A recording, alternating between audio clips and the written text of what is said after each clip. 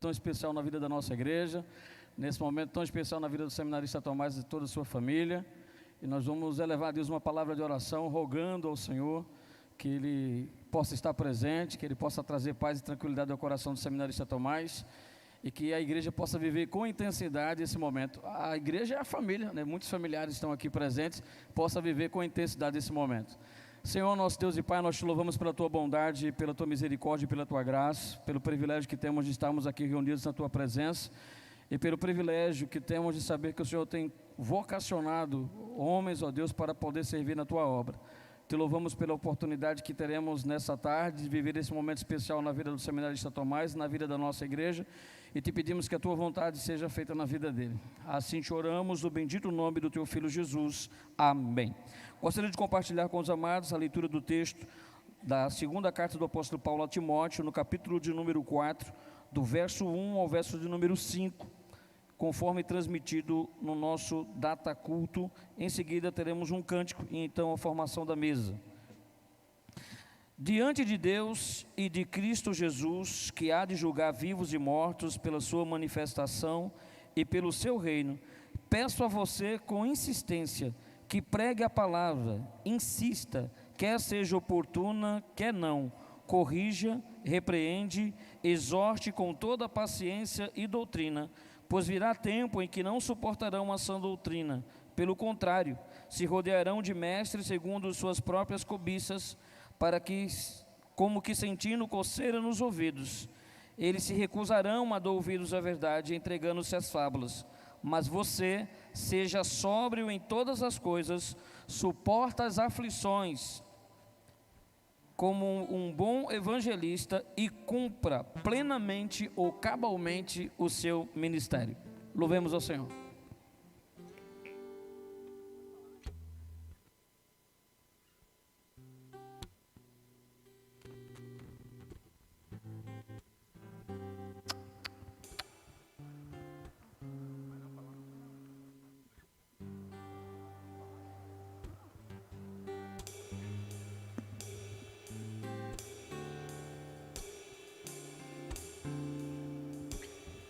Louvemos juntos. A tua palavra escondi, guardada no meu coração,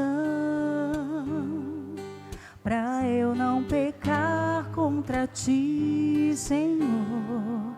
A tua palavra escondi, minhas vestes no sangue lavei,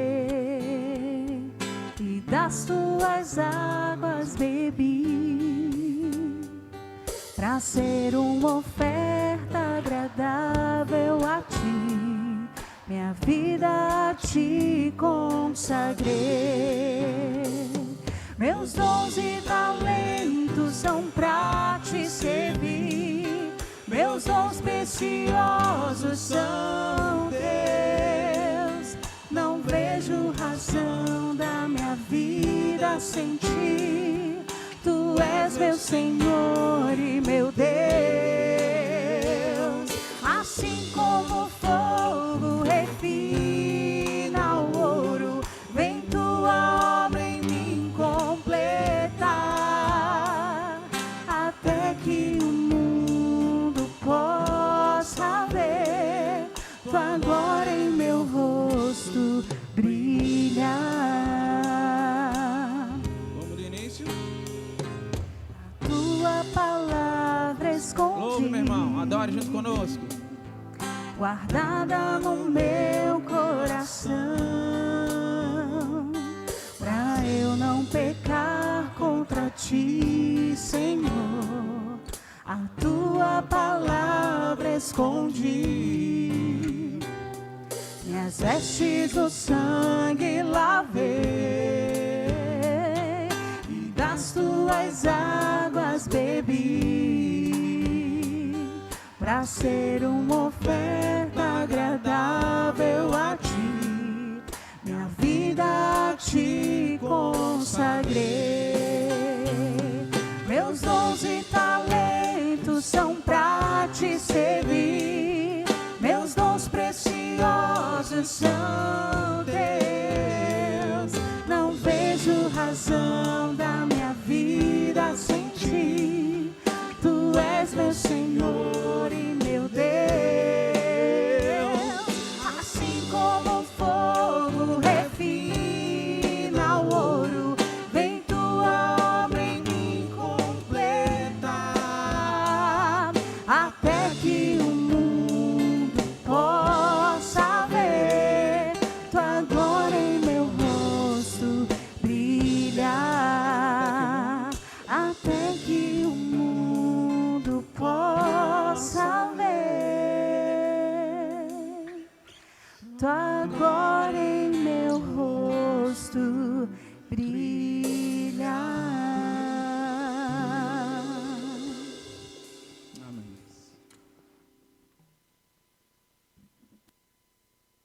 Amém. Grato para o Ministério do Louvor. Logo após teremos outro momento, onde teremos oportunidade de ouvir outros cânticos em exaltação ao nosso bom Deus. Passaremos então nesse momento a instaurar o processo, né, do concílio examinatório, né, do bacharel em teologia Tomás Severo. E antes de formar a mesa, nós gostaríamos de fazer a leitura de uma carta que enviei há algum tempo atrás, queremos dizer que o seminarista Tomás, né, bacharel em teologia pelo nosso seminário, cumpriu todos os requisitos que foram apresentados pela Ordem dos Pastores Batistas, secção Pernambuco. Graças a Deus ele fez uma boa prova, a entrevista foi bem sucedida. Temos aqui um representante da diretoria da Ordem dos Pastores dos Advogados do Brasil, seccional Pernambuco, o pastor Benilton está aqui, e o pastor Carlos Mendonça, que faz parte da comissão de concílio. Inclusive foi ele quem foi um dos que tiveram a oportunidade de fazer a entrevista com o Tomás. Então, faz parte também desse processo, além de uma carta da sua esposa, da nossa irmã Viviane, uma carta do pastor. E antes de iniciarmos, nós gostaríamos de fazer a leitura daquilo que foi enviado para a ordem, até para que aqueles que não conhecem o Tomás a fundo, e inclusive do papel que ele desenvolve na igreja, possam ter uma noção daquilo que é a nossa visão a respeito do seminarista Tomás. A Ordem dos Pastores Batistas, secção Pernambuco. Prezados, o bacharel em teologia Tomás Severo é membro ativo e exemplar da Igreja Batista Central do Ibura, desde o seu batismo, dia 25 de maio de 2014. Ele tem demonstrado um compromisso inabalável com a comunidade e um zelo notável pelos ministérios que tem integrado. Sua contribuição para com essa igreja é vasta e diversificada. Começou servindo como voluntário em nossos departamentos de mídia e recepção. Em seguida, compôs a diretoria estatutária na função de vice-tesoureiro. Seu trabalho nas comissões de sucessão pastoral de 2017 e 2021 foi uma voz sensata e equilibrada, contribuindo assim para o bom andamento desse processo. Também desempenhou como papel professor da Escola Bíblica Dominical desde o ano de 2020, mostrando profundo conhecimento das Escrituras e um verdadeiro desejo de educar e edificar os nossos membros. Desde outubro de 2021 a dezembro de 2022, assumiu a liderança da Congregação dos Milagres. Inclusive, tem alguns irmãos aqui que estão aqui, que tiveram a oportunidade de terem a presença do Tomás. Um papel que exigiu não apenas habilidade de liderança, mas também um coração compassivo para com os membros daquela comunidade.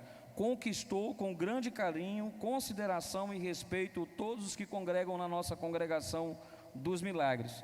A sua participação também contribuiu sempre na comissão do retiro espiritual e atuou como vice-moderador da igreja durante 2022 e 2023, evidenciando ainda mais o seu compromisso com o crescimento e a administração eficaz da nossa igreja.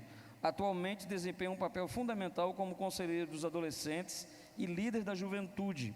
Mesmo diante dos desafios, a sua habilidade para conectar-se com os jovens e guiá-los espiritualmente é evidente e tem gerado bons frutos para a glória de Deus.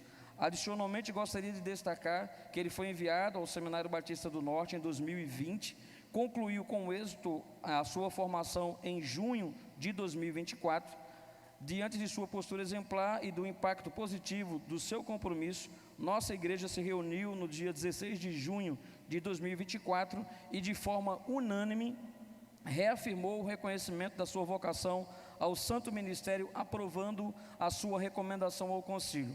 Portanto, venho por meio desta, na qualidade de pastor presidente da Igreja Batista Central de Ibura, recomendar com paz e tranquilidade o seminarista Tomás Severo, com entusiasmo e convicção, ao Concílio Examinatório, ao Ministério Pastoral Batista e à Convenção e à Ordem dos Pastores Batistas de Pernambuco, com plena confiança de que a sua contribuição será valiosa para o ministério pastoral. Estamos certos de que, uma vez aprovado no Conselho Examinatório promovido pela Ordem dos Pastores Batistas do Brasil, Seccional Pernambuco, ele será um valioso pastor na nossa igreja, continuando a fazer a sua contribuição significativa para a obra de Deus e para a edificação do reino de Deus. Atenciosamente, pastor Márcio Severino da Silva. Amém? Passaremos então ao momento para que seja iniciado o processo do examinatório. É necessário que seja formado a mesa, e entre os pastores presentes, nós teremos, para aqueles que ainda não participaram de um concílio, os pastores terão oportunidade, os pastores filiados à ordem, que estão com a sua anuidade em dia, poderão fazer perguntas e poderão também compor a mesa. Então é necessário então uma proposta para que seja formada a mesa, tendo como participantes nesse processo o presidente, o secretário e o examinador. Algum dos pastores presentes propõe o presidente da mesa? Pastor Márcio. Todos concordam? Digam amém. Na qualidade de presidente da mesa, gostaria que os pastores indicassem um secretário para esse momento, que pudesse registrar esse momento especial. Pastor Fernando. Há alguma outra indicação? Pastor Fernando aceita?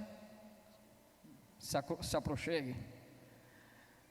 É necessário agora, a hora mais esperada, que alguns dos pastores presentes possam indicar um examinador que terá a oportunidade de, durante um período de tempo, poder fazer algumas indagações ao seminarista Tomás.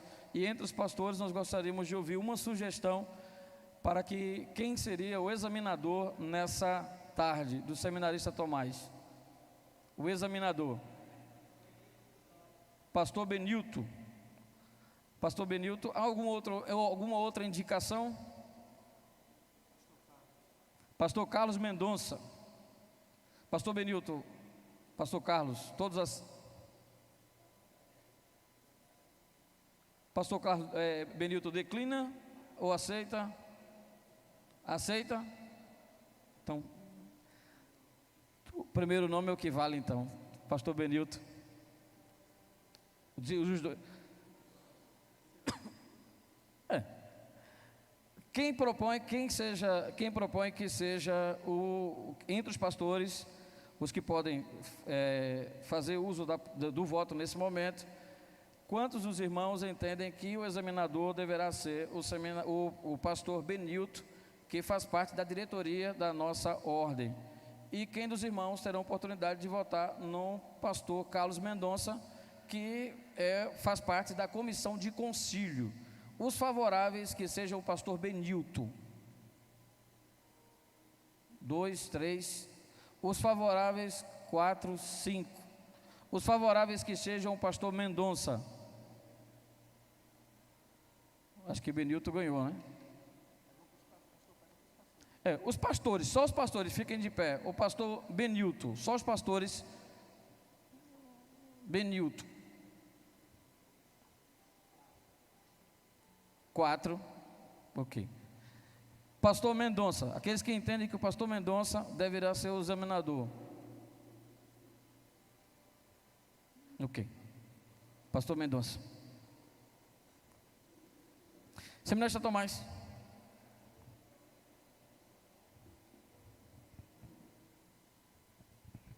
Graças a paz. Amém. Eu gostaria de pedir aos pastores que viessem para esse primeiro banco aqui, por favor. Todos eles. Eu sei que alguns vieram com suas esposas, estão aí com as famílias, mas por favor. Os pastores que ainda não assinaram também a ata. Antes de nós iniciarmos, eu gostaria de dar uma palavra a respeito do candidato, do pastor Tomás. Tomás, quando chegou lá no seminário, que nós fomos fazer a entrevista com Tomás, muito me surpreendeu. De 80 questões, Tomás acertou 77. Até agora, eu acredito que se alguém chegou próximo disso aí, eu não lembro. Mas de 80, 77 questões o Tomás acertou, não é? E com 80, teve um que fechou. Tomás pegou uma fila, me perdoe, vou ter que dizer aqui que ele pegou uma fila para acertar as 77. E essa fila, ela era possível justamente porque nós permitimos que utilize a Bíblia. E ele utilizou a Bíblia do começo ao fim. E teve uma hora que eu estava cansado, eu tinha que ir embora. Eu disse: Tomás, olha, tu pode ser mais preciso nas respostas, tal. Ele: não, pastor, porque eu estou querendo fazer como manda, tal. Eu disse: não, beleza. Aí eu fui-me embora, outro pastor recolheu as questões, 77 acertos, não é? Isso me deixou muito feliz e muito tranquilo por estar aqui, certo, Tomás? Só que agora a situação é diferenciada, né? Amém?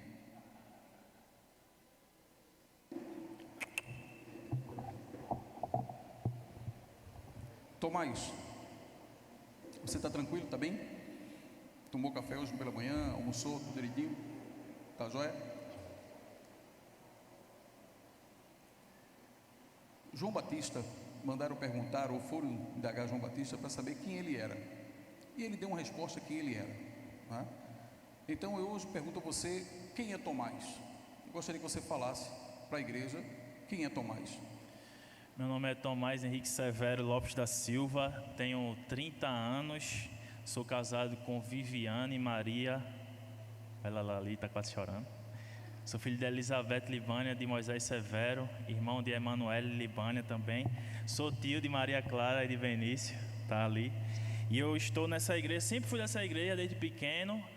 Depois eu saí dessa igreja acompanhando meu pai para a igreja batista lá em Curado, não lembro qual o Curado, que eu era muito pequeno, mas retornei para cá, para a IBCI, e com 13 para 14 anos, infelizmente eu me afastei dos caminhos do Senhor, e retornei perto dos 19.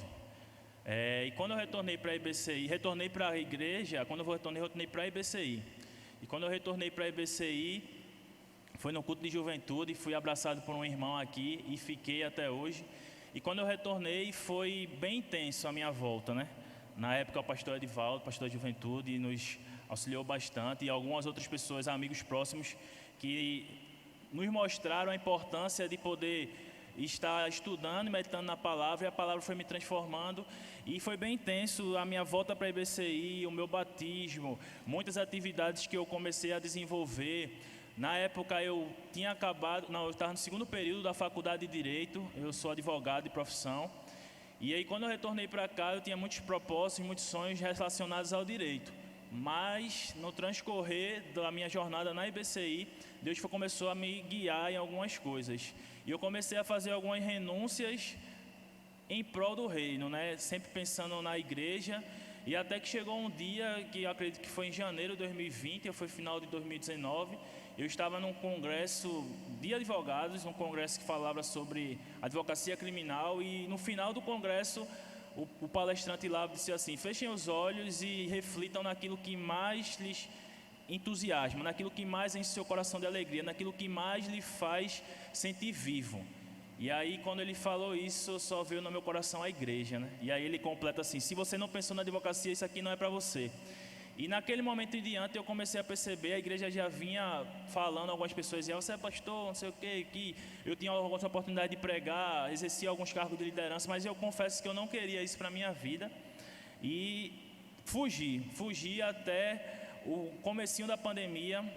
Eu comecei a trabalhar mais no prol da igreja, e eu lembro que algumas madrugadas, na verdade uma madrugada, um jovem foi até a minha casa, morava com a minha mãe, me pediu um conselho, 1h30 da manhã, e eu, meu Deus, por que eu? E aí eu conversando, na época o pastor Everaldo era o pastor dessa igreja, e ele disse: meu filho, olha, a igreja reconhece, você tem o dom da palavra, você é a liderança, você tem zelo pela obra do Senhor, e essas coisas estão acontecendo, é a confirmação do Senhor para a sua vida, agora a decisão é sua. E eu acredito que durante quase 6 meses eu não quis exercer quase nada aqui na igreja. Sempre vinha um convite, eu disse, eu não quero pregar, não quero dirigir, não quero nada. Até que em junho de 2020 eu senti no meu coração que realmente eu estava fugindo daquilo que me completava. Cheguei a conversar com o pastor Everaldo e aí ele, em decisão, junto com a diretoria estatutária da igreja, me enviou para o seminário. E aqui estou. Sou casado, me casei em 3 de dezembro de 2021. Isso mesmo, 3 de dezembro de 2022, perdão, 2022, isso. 3 de dezembro de 2022. E aqui estamos, pastor Márcio chegou aqui na igreja em maio de 2022, certo, pastor? 21, perdão. E quando o pastor Márcio chegou aqui na igreja, para além das oportunidades de pregação, eu tive muitas oportunidades de ver o ministério de perto, de ver as alegrias e os desafios do ministério, ao ponto de quando ele me colocou lá na Congregação dos Milagres, né? Ele foi missionário no sertão do estado e disse, isso aqui para mim é você sendo missionário, para você ver o seu chamado. E aquilo ali ardeu meu coração, trabalhando com aqueles irmãos, foi uma alegria muito grande. E eu louvo a Deus porque eu acredito que aquilo que aconteceu lá em 2 Timóteo 2,2, né, aquilo que de mim ouviste e passar para outros homens fiéis, eu aprendi muito com o pastor Márcio, de perto. Eu consegui enxergar o que é o ministério e mesmo com todos os desafios que eu sei que existe, meu coração ele se alegra e se completa quando estou trabalhando na obra do Senhor. Muito bem, você falou quem é Márcio no seu contexto eclesiástico e também o que você faz, o que você deixou de fazer, mas eu quero saber agora especificamente quem é Márcio como homem. Tomás como homem, desculpe, você confundiu também, eu confundi a data agora. Tomás como homem. Quem é Tomás dentro de casa, quando a porta está fechada? Quem é Tomás quando se recolhe, quando não tem nenhum irmão da igreja próximo? Quem é Tomás quando tem pai? Quando é Tomás que tem parentes, amigos? Quem é esse Tomás?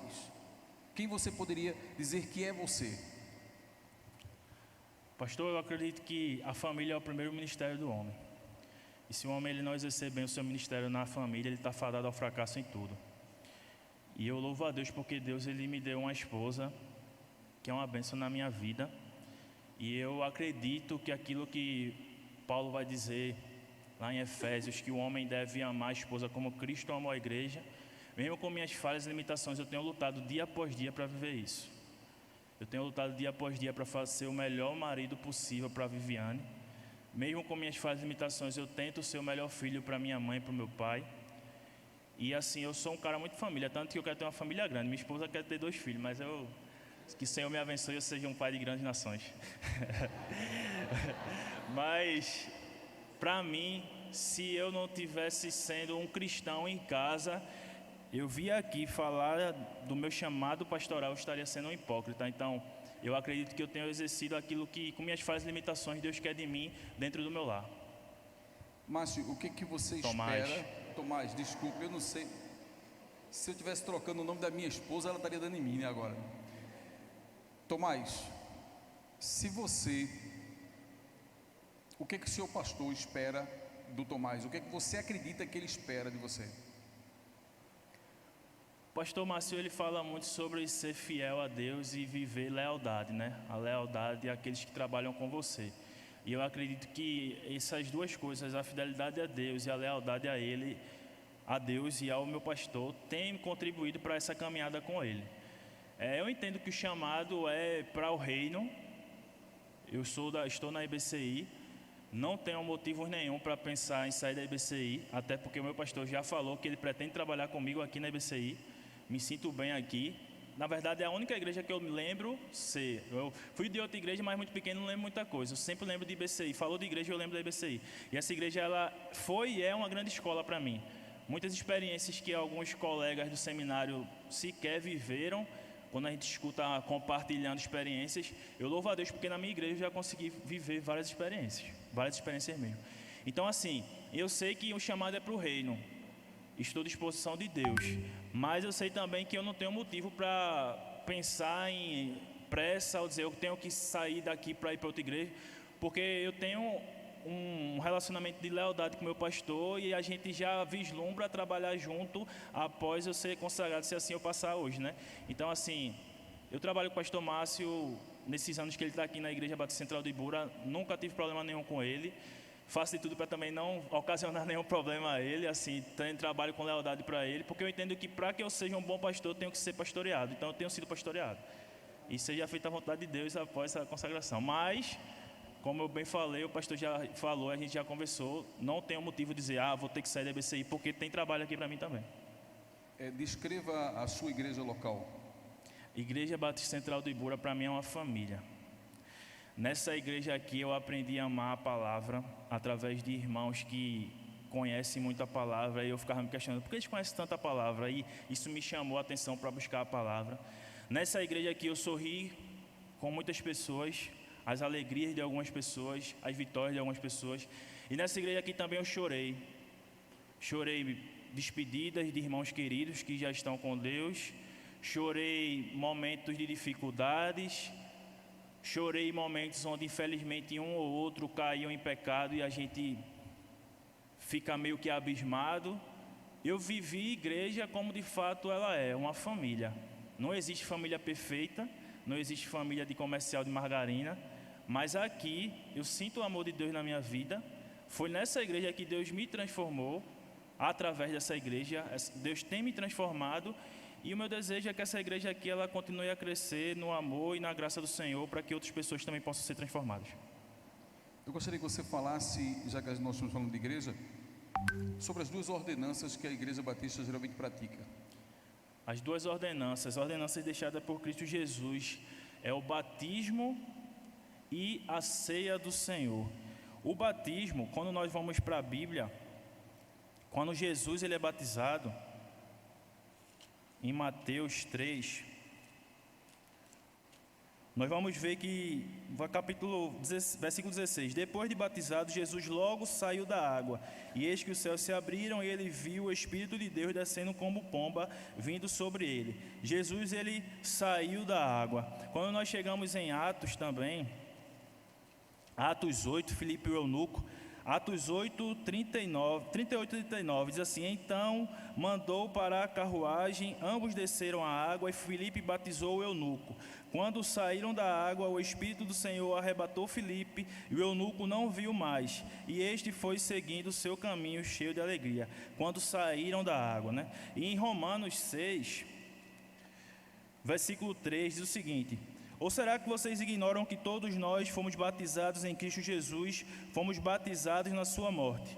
Fomos sepultados com ele na morte pelo batismo, para que, como foi Cristo ressuscitado dentre os mortos pela glória do Pai, assim também nós andemos em novidade de vida. Então, a primeira ordenança, o batismo, como cristão batista, nós entendemos que a ordenança é para aqueles que creem, não para infantes, apenas para aqueles que conseguem proclamar a sua fé em Cristo, entendem o pecado, e é através da imersão, até porque o nome batismo, né, o verbo no grego batizo, baptizo, né, é mergulhar. Então Jesus ele entrou no Jordão para ser batizado. Filipe e o eunuco também, eles entraram em um lugar que tinha muita água e saíram da água, então tinha muita água ali. E em Romanos nós estamos vendo que o batismo ele representa justamente essa morte e a ressurreição em Cristo. Então a primeira ordenança, o batismo, é para quem crê e através da imersão. Aqueles que são batizados, eles passam a fazer parte da igreja, e como parte da igreja, eles também vão fazer parte da segunda ordenança do Senhor, que se encontra em alguns textos, né? Mas Paulo ele vai falar dessa ordenança em 1 Coríntios 11, do versículo 23 ao 26, e ele vai dizendo 23: porque eu recebi do Senhor o que também lhes entreguei, que o Senhor Jesus, da noite em que foi traído, pegou o pão e, tendo dado graças, o partiu e disse: isto é o meu corpo que é dado por vocês, façam isto em memória de mim. A ceia do Senhor representa ali aquele sacrifício de Cristo. O primeiro elemento, o pão, ele vai nos lembrar o corpo de Jesus que foi entregue no madeiro em prol dos nossos pecados. No versículo 25 ele vai dizer: este cálice é a nova aliança no meu sangue. Façam isso todas as vezes que o beberem em memória de mim, porque todas as vezes que comerem e beberem este pão e beberem o cálice, vocês anunciam a morte do Senhor até que ele venha. Então o cálice vai representar justamente o sangue de Cristo derramado para purificar os nossos pecados. pecados. Nós não acreditamos que as ordenanças elas conferem graça. As ordenanças elas são memoriais que o Senhor Jesus nos ordenou como discípulos fazer até que Ele venha. O batismo para quem crê e através da imersão, a ceia do Senhor, onde os dois elementos representam o corpo e o sangue de Cristo para a nossa salvação. Você descreveu o batismo batista, mas eu gostaria que você falasse sobre outros batismos que algumas igrejas evangélicas praticam. Existe o batismo por aspersão, né? Os presbiterianos, não, sem nome, né? Outras denominações elas praticam essa forma de batismo e o batismo de infantes. Tem o batismo por aspersão de adultos, aqui que também proclamam a sua fé, também creem, mas é a aspersão, derramado água na cabeça, e também o batismo de infantes, que eles vão dizer que é uma forma de cumprir a aliança, da mesma forma como a circuncisão no Antigo Testamento, e então o povo de Deus estaria liberado para fazer o batismo de infantes, porque o filho de uma família cristã seria cristão também quando crescesse. Mas a gente não encontra respaldo bíblico para isso, né? A grande ordenança deixada por Jesus é para aqueles que creem. A gente vai encontrar isso em Mateus 28, na grande comissão. Mateus 28, 18, 19. Jesus, aproximando, falou-lhe dizendo: toda a autoridade me foi dada no céu e na terra. Portanto, vão e façam discípulos de todas as nações, batizando-os em nome do Pai, do Filho e do Espírito Santo, ensinando-os a guardar todas as coisas que tenho ordenado a vocês, e eis que estou com vocês todos os dias até o fim dos tempos. Então, o batismo é para quem crê. Uma criança, um recém-nascido, ele ainda não tem a consciência do pecado, então ele não pode ser batizado. Me descreve aí as ceias que são praticadas normalmente hoje. As ceias, né? Nós temos 4 tipos de ceias. A ceia ultra restrita, que é aquela que só pode participar da ceia do Senhor os membros daquela igreja local. Nós temos a ceia restrita, que é aquela praticada pelos membros de uma certa denominação. Nós temos a ceia livre, que é aquela praticada por todos que estão na igreja, são membros de uma igreja evangélica, independente da sua denominação, e a ceia ultra livre, que para mim não encontra respaldo bíblico, que é qualquer pessoa que estiver na igreja, independente de ser cristão ou não, pode participar da ceia do Senhor. Me descreve aí também um outro batismo que é praticado por algumas igrejas e falam sobre esse batismo como sendo o batismo do Espírito Santo. O que seria esse batismo com o Espírito Santo? Pronto, vamos lá. O senhor quer que eu fale também do Espírito Santo ou apenas da questão do batismo? Não, você fale do batismo com o Espírito Santo. O batismo com o Espírito Santo. As igrejas do movimento pentecostal e movimento neopentecostal, eles vão acreditar que o batismo com o Espírito Santo é quando a pessoa ela desenvolve o dom de línguas, né? Eles vão se basear lá no texto de Atos, capítulo 2, no dia de Pentecostes, onde se cumpriu a profecia de Joel 2:28, onde o Espírito Santo desceu sobre aquelas pessoas, 2:4. Todos ficaram cheios do Espírito Santo e começaram a falar em outras línguas, segundo o Espírito lhes concedia que falassem. Porém, nós, como povo batista, nós não acreditamos nesse tipo de batismo. Nós entendemos o seguinte: Efésios, capítulo 1, versículo 13, vai dizer o seguinte: nele também vocês, depois de ouvirem a palavra da verdade, o evangelho da salvação, tendo nele também crido, receberam o selo do Espírito Santo da promessa. E no capítulo 4, versículo 4 de Efésios também vai dizer: há somente um corpo e um só Espírito, como também há uma só esperança para a qual vocês foram chamados. Há um só Senhor, uma só fé e um só batismo. Um só Deus e Pai de todos, o qual é sobre todos e age por meio de todos e está em todos. Então nós acreditamos o seguinte: quando o Evangelho é pregado e alguém ele se arrepende e passa a viver a fé em Cristo, ele é selado pelo Espírito Santo. E o Espírito Santo vai capacitar aquela pessoa a viver uma vida que glorifique o nosso Senhor. Para nós, o Espírito Santo ele vai demonstrar que está na vida daquela pessoa quando aquela pessoa demonstra publicamente o fruto do Espírito nela, que está lá em Gálatas, capítulo 5, versículo 22 e 23, que diz: mas o fruto do Espírito é amor, alegria, paz, longanimidade, benignidade, bondade, fidelidade, mansidão, domínio próprio. Contra estas coisas não há lei. E os que são de Cristo Jesus crucificaram a carne com as suas paixões e os seus desejos. Meu filho, existe as evidências do batismo com o Espírito Santo de acordo com aquelas outras denominações. O que seriam essas evidências para eles? Uma evidência do batismo do Espírito Santo Sim, para eles. seria a questão do dom de línguas, sobretudo a questão do dom de línguas. Aqueles que falam em línguas, né, falam outros, que desenvolvem o dom de línguas com base, sobretudo, em Coríntios 14, né, 1 Coríntios 14, eles vão defender isso. Seriam as pessoas que são batizadas pelo Espírito Santo. Então seria uma segunda bênção. Então, você crer nessa segunda bênção? Não. Se chegar alguém aqui na igreja falando em línguas, num culto normal, você está dirigindo o culto ou está pregando, qual será a atitude do pastor Tomás, biblicamente?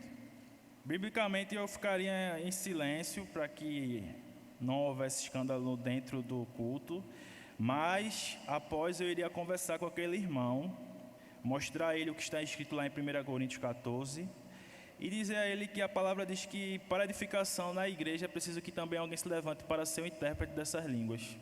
E se Deus ele não levantou esse intérprete, eu acredito que não é para edificação da igreja. Amém. Me descreve o Espírito Santo para você. O Espírito Santo. O Espírito Santo é a terceira pessoa da Trindade, da Santíssima Trindade. Primeiro nós temos que fixar algumas premissas. O Espírito Santo ele é Deus.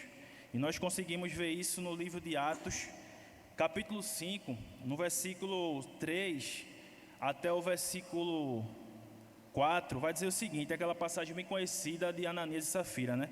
Então Pedro disse: Ananias, por que você permitiu que Satanás enchesse seu coração para que você mentisse ao Espírito Santo, retendo parte do valor do campo? Não é verdade que conservando a propriedade seria sua e depois de vendida o dinheiro não estaria em seu poder? Por que você decidiu fazer uma coisa dessa? Você não mentiu para os homens, você mentiu para Deus. Então Pedro está dizendo aqui que ele mentiu para o Espírito Santo e o Espírito Santo é Deus. Então o Espírito Santo é Deus e ele é uma pessoa. Efésios também vai nos mostrar uma característica de pessoa no Espírito Santo, que está em Efésios capítulo 4, versículo 30, que diz: E não entristeçam o Espírito Santo de Deus, no qual vocês foram selados para o dia da redenção.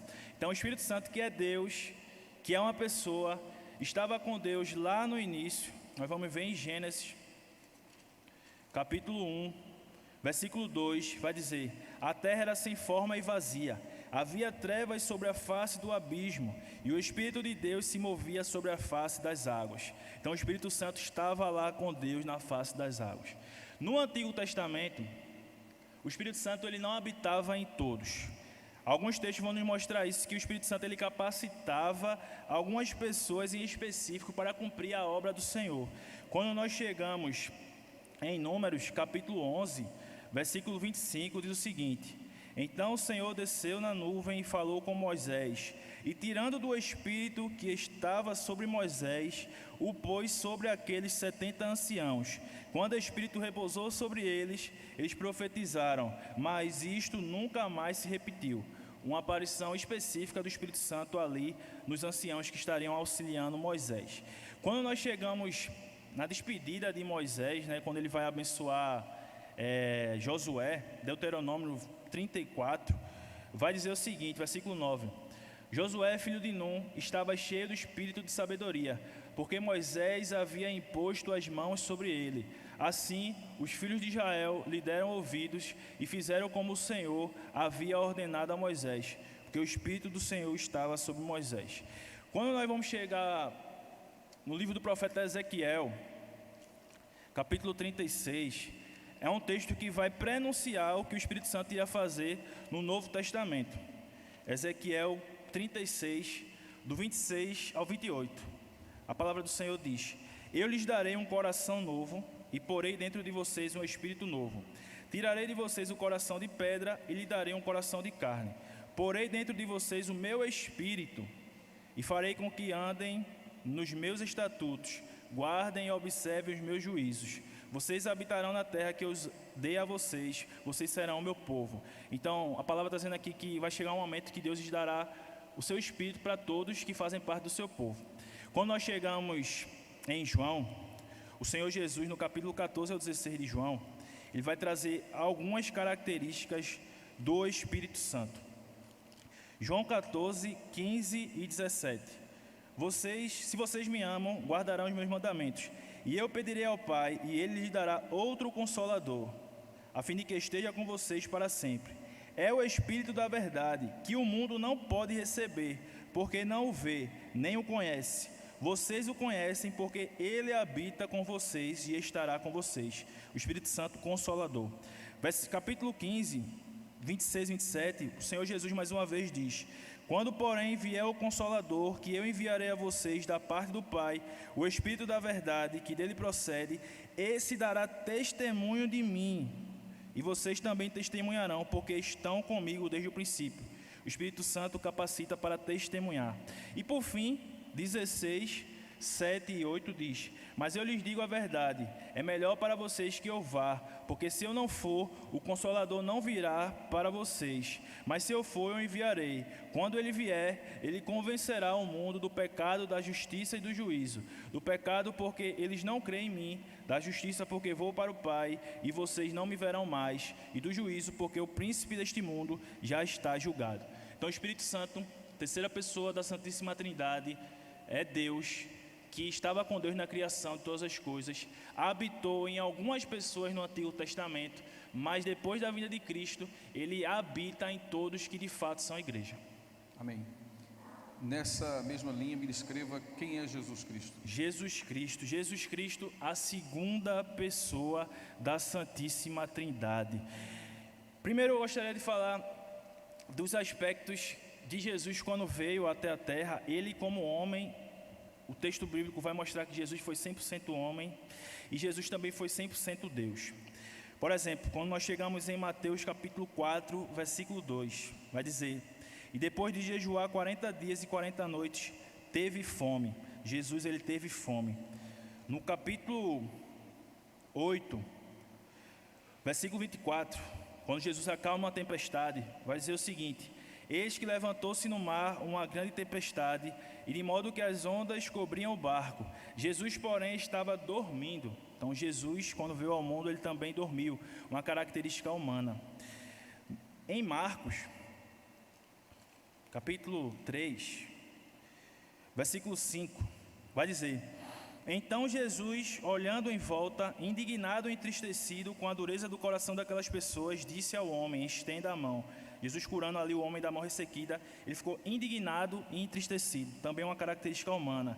E um texto que eu acredito que todos nós conhecemos, João 11:35, que vai dizer justamente que Jesus chorou.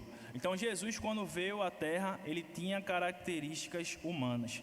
Mas de igual maneira, Marcos capítulo 2 vai nos mostrar características divinas. Jesus 100% homem e Jesus 100% Deus. Capítulo 2, versículo 5, quando o paralítico chega na presença de Jesus, a palavra diz: vendo-lhes a fé, Jesus disse ao paralítico: filho, os seus pecados estão perdoados. Jesus perdoando pecados, só Deus perdoa pecados. Versículo 8, e Jesus, percebendo imediatamente em seu espírito o que eles pensavam, os escribas ficaram ali perturbados com o que Jesus falou. Aqui demonstra a onisciência de Jesus. Jesus sabia o que eles estavam pensando. E no versículo 11 e 12 vai dizer Jesus curando o enfermo, né?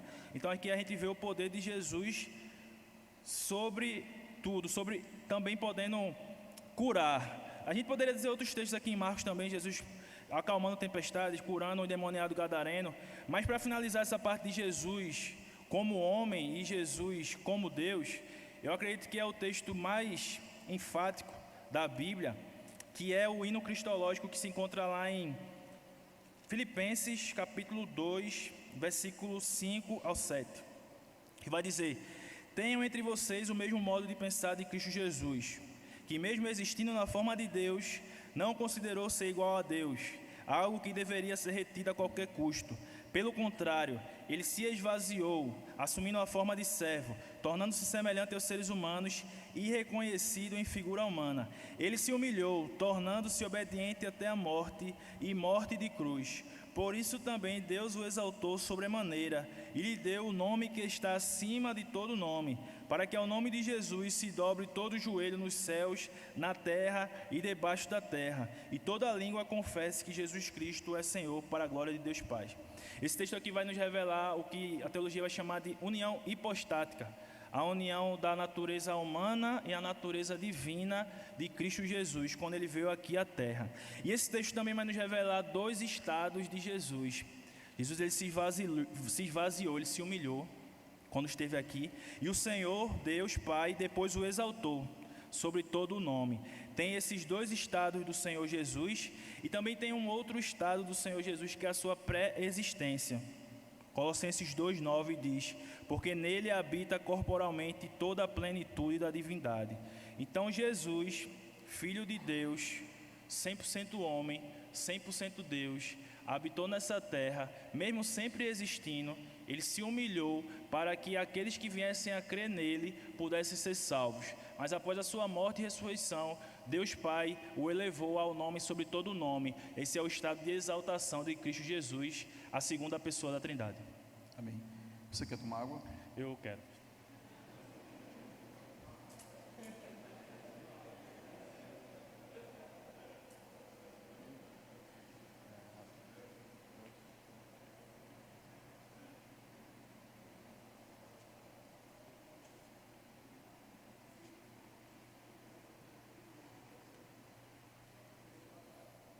Está tranquilo agora?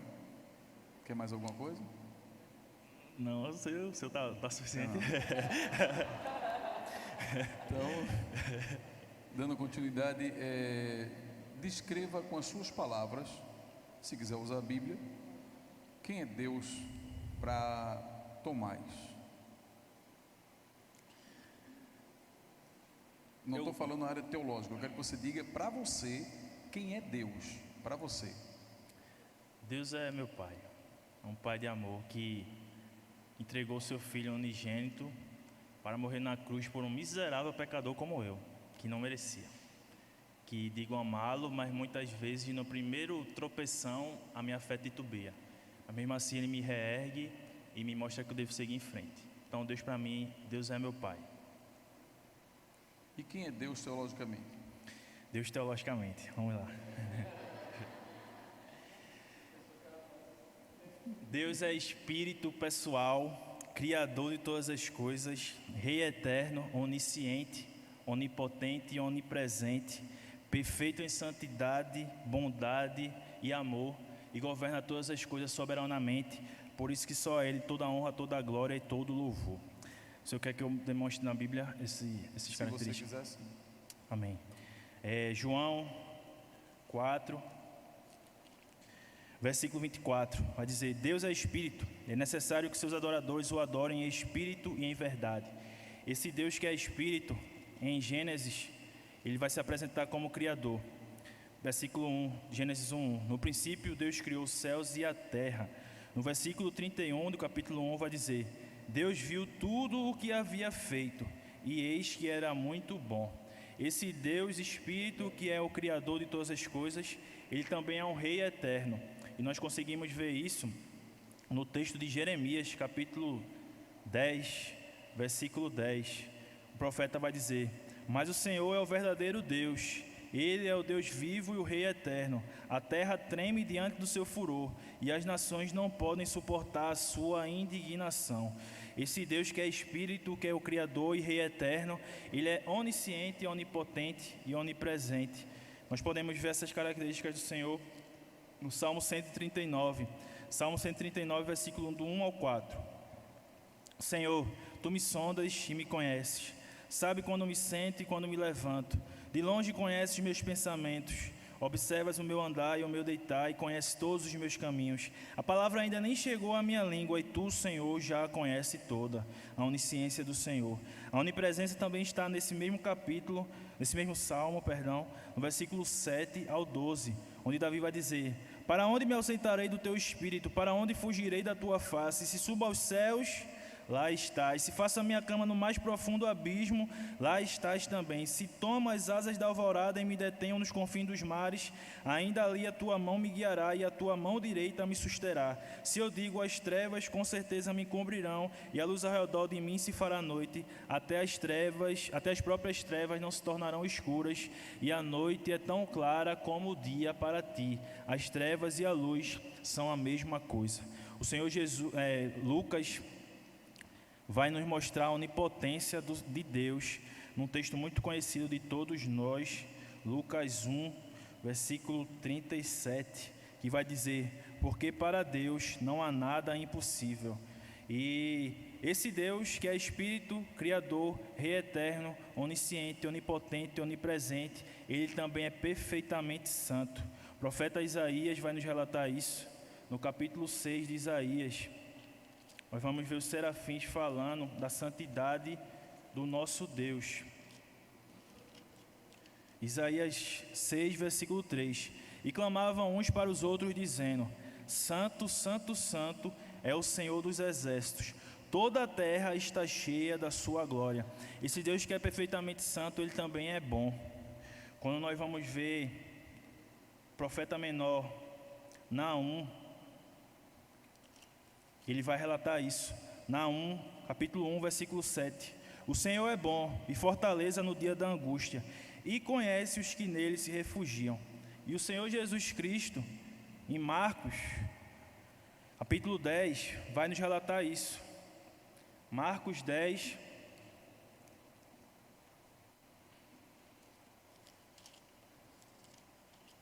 o Senhor Jesus respondeu: por que você me chama de bom? Ninguém é bom a não ser um, que é Deus. Falar do amor de Deus, nós sempre lembramos daquele texto áureo que se encontra em 1 de João, capítulo 3. 1 de João, capítulo 4, versículo 16. E nós conhecemos o amor e cremos neste amor que Deus tem por nós. Deus é amor, e aquele que permanece no amor permanece em Deus, e Deus permanece nele. E é esse Deus tão grandioso que nós servimos, que o apóstolo Paulo vai escrever uma das principais doxologias, que se encontra lá em Romanos, capítulo 11. Paulo vai falar o seguinte: ó profundidade da riqueza, tanto da sabedoria como do conhecimento de Deus! Quão inexplicáveis são os seus juízos, e quão insondáveis são os seus caminhos! Pois quem conheceu a mente do Senhor, ou quem foi o seu conselheiro, ou quem primeiro deu alguma coisa a Deus para que isso lhe seja restituído? Porque dele e por meio dele e para ele são todas as coisas, a ele seja a glória para sempre. Amém. Amém. Me descreva quem é Maria na Bíblia. Maria, ela é a mãe de Deus, ela é escolhida para gerar o nosso Senhor. Nós vamos ver isso em Lucas, nós vamos ver isso em Mateus também.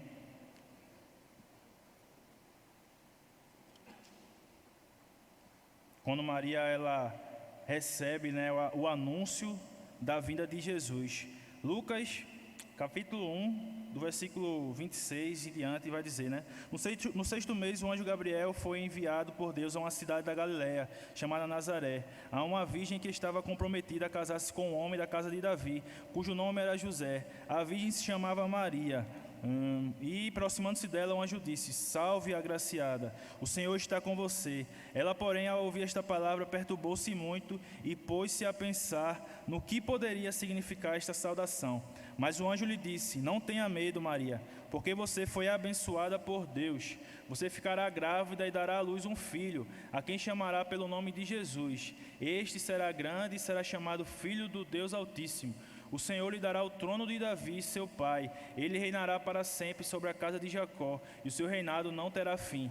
E aí a gente vai ver, no decorrer desse texto, o cântico de Maria, né? Que é um texto muito conhecido, onde Maria ela vai ali agradecer ao Senhor por esse agraciamento de ela ter sido escolhida para conduzir o Filho de Deus ao mundo. Então, Maria é a mãe de Deus? Não. Maria é a mãe de Jesus Cristo. Jesus 100% homem. A mulher 100% escolhida, Jesus foi gerado no ventre de Maria através do Espírito Santo. Por isso que ele tem a sua natureza humana, mas a sua natureza divina, porque ele não foi concebido em pecado. Descreva ou discorra o que você crê sobre essa situação que está acontecendo nas igrejas da liberdade ou a libertinagem religiosa em relação a rapaziada que é um monte de letras mais alguma coisa. Como é que você pensa em receber esse pessoal da igreja? Ou Entendi. captou, né? Porque eu tenho até medo de falar alguma coisa e ser processado por aquilo. Então, aquele monte de letras mais alguma coisa. Então, como é que você pensa em receber essa rapaziada na igreja ou essa moçada?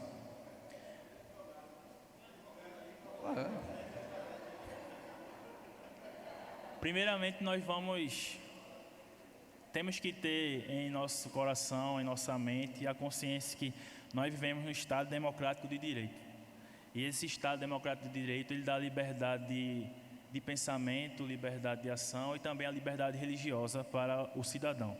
Essa liberdade de pensamento dá ao cidadão o direito dele carregar um gênero que ele se identifique.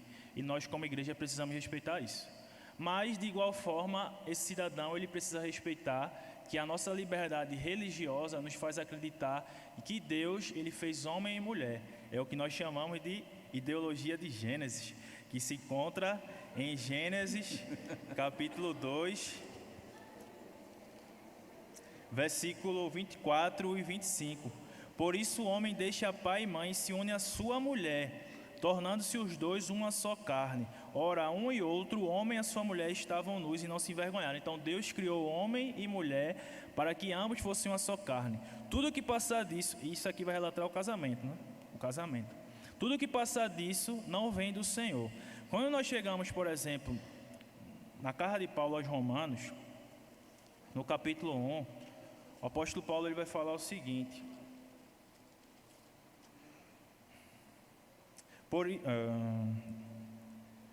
versículo 21, capítulo 1, do versículo 21 em diante. Porque tendo o conhecimento de Deus, não o glorificaram como Deus, nem lhe deram graças. Pelo contrário, se tornaram nulos em seus próprios raciocínios, e o coração insensato deles se obscureceu.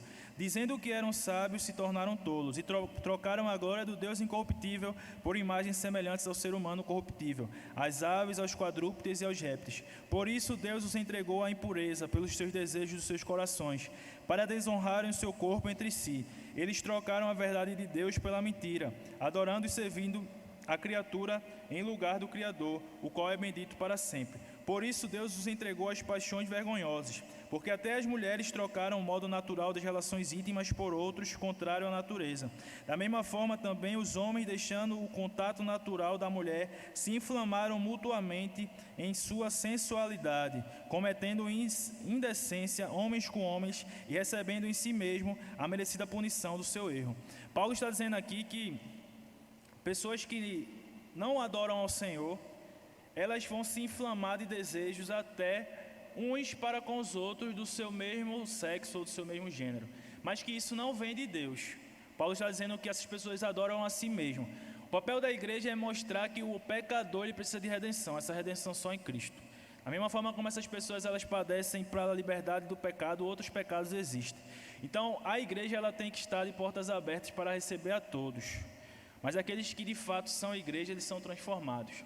A Bíblia vai deixar isso bem claro quando nós vamos ler o texto de 1 Coríntios, capítulo 6, do 9 ao 11, onde o apóstolo diz: ou vocês não sabem que os injustos não herdarão o reino de Deus? Não se enganem, nem imorais, nem idólatras, nem adúlteros, nem afeminados, nem homossexuais, nem ladrões, nem avarentos, nem bêbados, nem maldizentes, nem roubadores herdarão o reino de Deus. Alguns de vocês eram assim, mas vocês foram lavados, foram santificados, foram justificados no nome do Senhor Jesus Cristo e no Espírito do nosso Deus. Paulo está dizendo, na igreja em Corinto, existia, naquela época não tinha essas letras todas não, mas existiam pessoas que estavam trocando o uso natural do seu próprio corpo. E eles chegaram daquela comunidade, mas ao ouvir o evangelho, eles entendiam que a sua vida agora precisava da redenção em Cristo, e a sua vida agora volta para o plano original de Deus, que é a ideologia de Gênesis, lá em Gênesis 2, 24 e 25. Então o papel da igreja é mostrar ao pecador o efeito do pecado. Para essas pessoas, o efeito do pecado também vai interferir na sua sexualidade. Então a igreja tem que apontar para Cristo, dizer o que Cristo fez por elas, e essas, quando de fato regeneradas, devem deixar suas práticas imorais e seguir uma nova vida. Meu filho, me fale sobre pecado. Vamos pecar. Descreva aí, discorra sobre o pecado. A origem do pecado? Pode ser a origem Posso do beber pecado. água novamente? Pode tomar água de novo. Eu sei que você não vai sair daqui para fazer nenhum exame de ultrassonografia, mas pode ficar à vontade. Beba bastante água.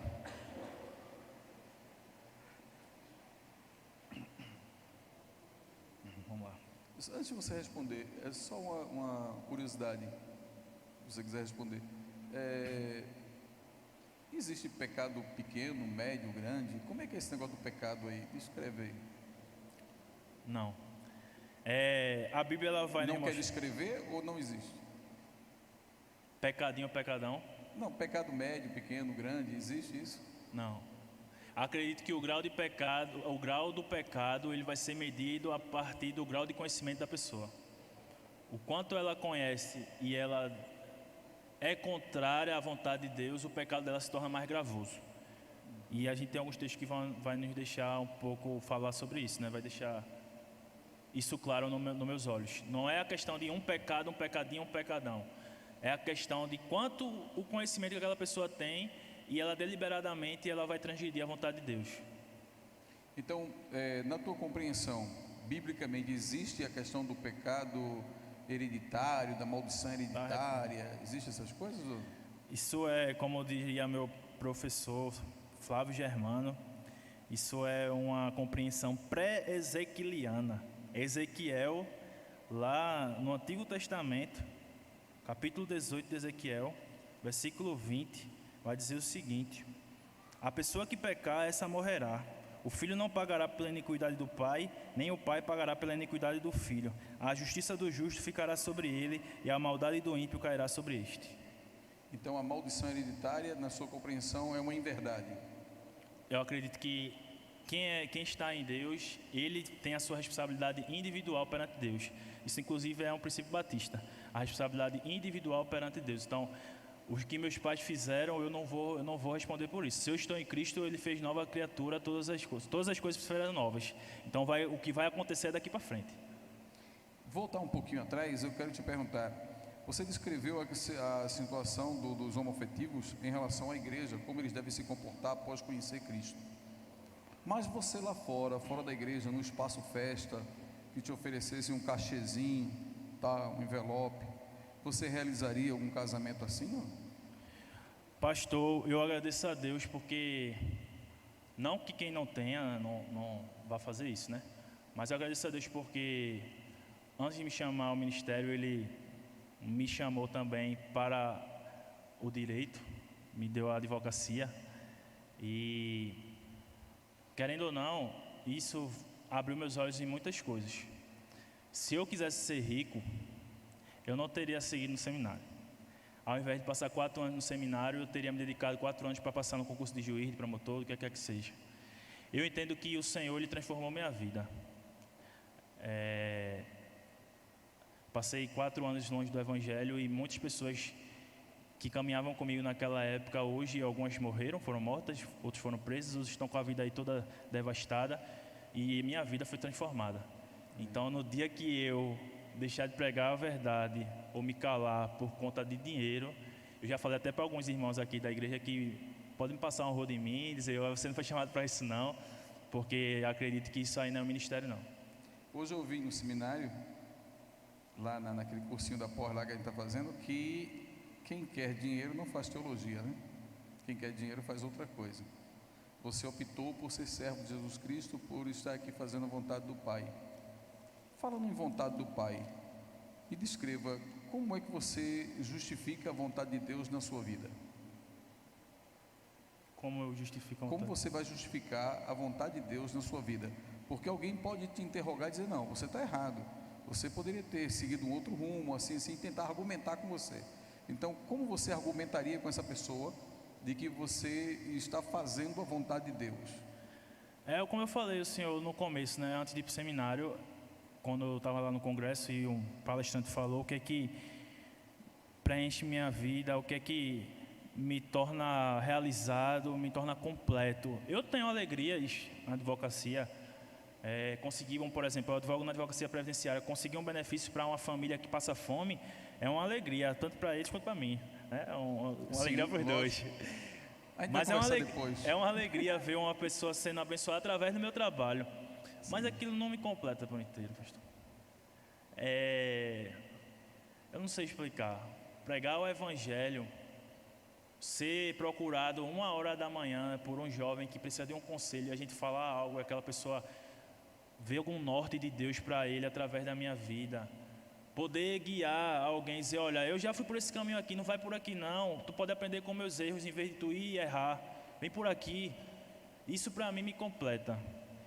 Além de ter sido transformado por Jesus, Ele ainda me deu a honra, a responsabilidade, o desafio de ser ministro do Evangelho. Eu tenho essa convicção no meu coração. Então, assim, eu acredito que eu poderia estar onde quer que seja, mas eu não estaria completo se eu não estivesse fazendo aquilo para que Ele me chamou. Então, essa história de que pastor é ladrão e que recebe muito dinheiro, para você isso é uma verdade também? É engraçado, pastor, quando eu entrei no seminário, eu fui chamado por um professor que foi meu orientador do TCC. Ele me viu lá apresentando o TCC, um advogado, né? E aí ele atua numa área e ele queria um sócio para atuar em outras áreas. Só que eu estava no primeiro semestre do seminário. Quando ele me chamou, eu disse, professor, para mim daria até um certo ponto, porque eu estou fazendo outra faculdade. Ele, está fazendo o quê? Veja, o homem é advogado tributário, mora na Avenida Boa Viagem, cheio de dinheiro. Quando eu falei para ele, eu estou fazendo teologia, ele falou, tu quer ser rico, é? Olha a visão do mundo. Um caba que tem dinheiro, quando eu disse que fazendo teologia para ser pastor, tu quer ser rico, né? Então, assim, infelizmente, a gente não pode fechar os olhos que existem maus testemunhos. Amém. Tomás, me fala aí sobre o dízimo, já que a gente está falando de dinheiro. O dízimo. O dízimo é algo que foi criado, implantado, né, pelo próprio Deus. A gente pode ver aqui em Malaquias capítulo 3, versículo 10. Capítulo 3, versículo 10. Tragam todos os dízimos à casa do tesouro, para que haja mantimento na minha casa. Ponham-me à prova nisto, diz o Senhor dos Exércitos, se eu não lhes abrir as janelas do céu e não derramar sobre vocês bênçãos sem medidas. E algumas pessoas vão dizer, o dízimo ele ficou apenas para o Antigo Testamento, mas nós não conseguimos enxergar isso. O Senhor Jesus, Mateus 5, versículo 20, ele vai dizer o seguinte, porque eu afirmo que se a justiça de vocês não exceder em muito a dos escribas e fariseus, jamais entrarão no reino dos céus. Quando a gente chega mais à frente, o Senhor Jesus repreendendo os fariseus, capítulo 23, versículo 23 e 24, Jesus fala o seguinte, ai de vocês, escribas e fariseus, hipócritas, porque vocês dão o dízimo da hortelã, do endro e do cominho e desprezam os preceitos mais importantes da lei, a justiça, a misericórdia e a fé. Mas vocês deviam fazer estas coisas, ou seja, a justiça, a misericórdia e a fé, sem omitir aquelas, ou seja, o dízimo. Guias cegos, coam um mosquito, mas engolem um camelo. Então o Senhor Jesus disse lá no Sermão do Monte que a nossa justiça devia exceder a dos escribas e fariseus. Os escribas e fariseus, eles davam o dízimo daquilo que eles tinham, mas eles estavam fazendo do dízimo uma maneira de barganha com o Senhor. E o Senhor diz, vocês devem dar o dízimo, mas para além do dízimo, vocês devem fazer atos de justiça, misericórdia e fé. Então o texto aqui em Malaquias vai dizer que o dízimo foi instituído pelo próprio Deus, e o Senhor Jesus vai nos falar no Antigo Testamento, no Novo Testamento, que a gente também deve praticar o dízimo. Amém. Você é dizimista? Com certeza, graças a Deus. Tesoureira está aí? A tesoureira está ali, ó, Safira. Eita, perdão, mostre desculpa. não, pelo amor de Deus. Não mostre não. Só para você entender, tinha um certo senhor que ele, todas as vezes que ele ia comprar móveis numa loja, o dono da loja não vendia fiado a ele. e eles eram da mesma igreja. E houve um momento que ele não se contentou, foi conversar com o pastor e disse: pastor, todas as vezes que eu vou comprar um móvel lá no irmão, o irmão nunca quer me vender, só porque é fiado. E aí o pastor foi conversar com aquele irmão mais afortunado e disse: por que você não vende ao irmãozinho da igreja aqui um móvel fiado? Ele disse: pastor, é o seguinte, quando chega um ímpio lá, eu procuro SPC, Serasa, tudo tal, está no limpo eu vendo, e às vezes eu vendo até sem estar limpo. Mas quando é um crente, eu telefono para o tesoureiro e pergunto se ele é dizimista. Se ele for dizimista, eu vendo. Se ele não for, eu não vendo, porque se ele não paga a Deus, ele vai pagar a mim, não é? Então, muitos hoje estão deixando de acreditar na doutrina do dízimo, doendo, do cominho, dá mais um pouquinho.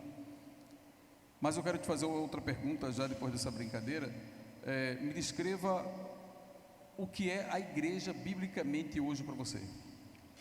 A igreja Não é a igreja local, a igreja bíblica, a igreja do Senhor hoje para você. corpo de Cristo. Corpo de Cristo. Corpo de Cristo. Onde ele é o cabeça. Efésios vai dizer isso. Sim. Efésios capítulo 1, versículo 22 e 23. E sujeitou todas as coisas debaixo dos pés de Cristo, para ser o cabeça sobre todas as coisas. O deu à igreja, a qual é o seu corpo, a plenitude daquele que a tudo enche em todas as coisas. A igreja, ela é fundamentada em Cristo. A gente vai ver isso no diálogo do Senhor Jesus, lá em Mateus 16, onde ele responde a Pedro, né? Jesus fala, ao que Jesus perguntou, 16, 15 e 16. E vocês, quem dizem quem eu sou? Respondeu Simão Pedro, o Senhor é o Cristo, o Filho do Deus vivo. Então Jesus lhe afirmou, bem-aventurado é você, Simão Bar-Jonas, porque não foi carne nem sangue que revelaram isso a você, mas meu Pai que está no céu. Também eu lhe digo que você é Pedro, e sobre esta pedra edificarei a minha igreja, e as portas do inferno não prevalecerão contra ela. Esta pedra, não Pedro, esta pedra, a afirmação que o Senhor Jesus é o Cristo, o Filho do Deus vivo. Então, a igreja, ela está fundamentada em Cristo como cabeça, e nós somos os membros desse grande corpo. Amém. Quais são as maneiras que o batista costuma entrar na igreja? Costuma se tornar membro da igreja? Primeiro modo é através do batismo. Aquele novo convertido que vem para a igreja, passa pela classe de discipulado, ele é batizado, ele se torna membro da igreja. O segundo modo é através da carta de transferência. Quando um membro vai de uma igreja para outra, ele é pedido a carta de transferência. Quando é da mesma denominação, igreja batista da CBB, é pedir a carta de transferência de uma igreja para outra. O terceiro modo é através da aclamação. A aclamação, ela vai acontecer ou quando acontece algo que a igreja de origem desse membro não envia a carta por algum motivo justificável, ou quando a igreja de origem desse membro ela deixou de existir por algum motivo, ou também quando esse membro que está chegando na igreja, ele era de uma igreja cristã, de outra denominação, ele passou pela classe de discipulado, na igreja que ele fazia parte, ele passou pelo batismo que nós entendemos ser bíblico, então ele não precisava ser batizado, mas como a igreja que ele fazia parte não é batista, ele é recebido por aclamação. Tem um outro tipo de carta, quando a igreja local pede a uma outra igreja. Você lembra qual é o outro tipo? Não. Não. Muito obrigado pela sinceridade. Reconciliação e carta. Sim. É quando o membro foi excluído lá na igreja dele, ou ele está afastado do evangelho, sim, ele se reconcilia com a igreja que ele está cultuando, congregando atualmente. Ele diz: olha, pastor, tem que ser honesto, lá eu fui excluído, por isso, isso e isso. Aí o pastor pede reconciliação e carta ao mesmo tempo para aquela outra igreja, informando que ele está se reconciliando e pedindo uma carta dele. Não é isso? E graças a Deus a gente nunca passou por isso aqui não. Amém. Não Amém. lembro disso. Meu filho, me descreva o que é doutrina. Doutrina? Doutrina é um ensino, por exemplo, Atos 2:42. Atos 2:42. Quem está demorando é ele, porque em todas as perguntas ele vai buscar o texto bíblico. Isso é bom. Amém? Amém. Atos 2:42 vai dizer que aqueles que foram somados à igreja perseveravam na doutrina dos apóstolos, na comunhão, no partir do pão e nas orações. Então a doutrina é o ensino, né? Os apóstolos eles estavam repassando para os novos cristãos tudo aquilo que eles aprenderam do próprio Senhor Jesus Cristo, tudo aquilo que fundamentava a fé cristã. Então a doutrina é o ensino. Amém. Dentro dessa comunhão, você dando continuidade a esse texto, vai dizer que eles vendiam e repartiam tudo em comum. Isso é aplicado na igreja hoje? Veja só, pastor, a gente tem que entender o contexto daquele momento. Estamos falando da igreja no primeiro século, onde existia ali a perseguição, ela era forte. Os irmãos, eles viviam de fato em comunidades unidos, moravam todos próximos. Eles sofriam a perseguição do povo judeu que não acreditava em Jesus como Messias. Eles sofriam a perseguição do Império Romano, porque o cristianismo dizia que o Senhor soberano era Jesus e o imperador não queria outro Senhor soberano. E eles também eram pressionados pelas filosofias gregas. Então, naquele momento, aqueles irmãos viviam juntos. Então, eles repartiam tudo. Eles vendiam o que tinham e repartiam para que eles pudessem viver em comunidade. Mas no próprio texto de Atos, no capítulo 5, a gente já leu esse texto mais à frente, ele vai ver que aquilo ali começou a dar errado. O pessoal começou a ludibriar ali o Espírito Santo e a Ananias e Safira, eles morrem. E quando a gente vai chegar lá em 2 Tessalonicenses, Paulo ele vai deixar, 1 Tessalonicenses, capítulo 4, versículo 11 e 12, Paulo vai dizer: e se empenhem por viver tranquilamente, cuidar do que é de vocês e trabalhar com as próprias mãos, como ordenamos, para que vocês vivam com dignidade à vista dos de fora e não venham a precisar de nada. E em 2 Tessalonicenses capítulo 3, versículo 10, ele vai dizer: porque quando ainda estávamos com vocês, ordenamos isto: se alguém não quer trabalhar, também não coma. Então, quando a gente pega esse versículo aqui, 45, né, do capítulo 2 de Atos, nós temos que ter um cuidado para entender o que eles viviam naquela época. Hoje, esse texto para mim fala sobre o amor fraternal. A gente precisa continuar amando fraternalmente, e não só de palavras, né? Se alguém precisar, a gente vai abençoar com aquilo que a gente pode. Mas existe hoje, por exemplo, falsos pregadores que sobem no púlpito com um texto como esse e vai dizer: vendam o que você tem, entregue na igreja que Deus vai lhe abençoar. Então eu não entendo esse texto assim. A gente entende o contexto original para aplicar no nosso contexto. Então, para mim, esse texto fala sobre isso. Amém.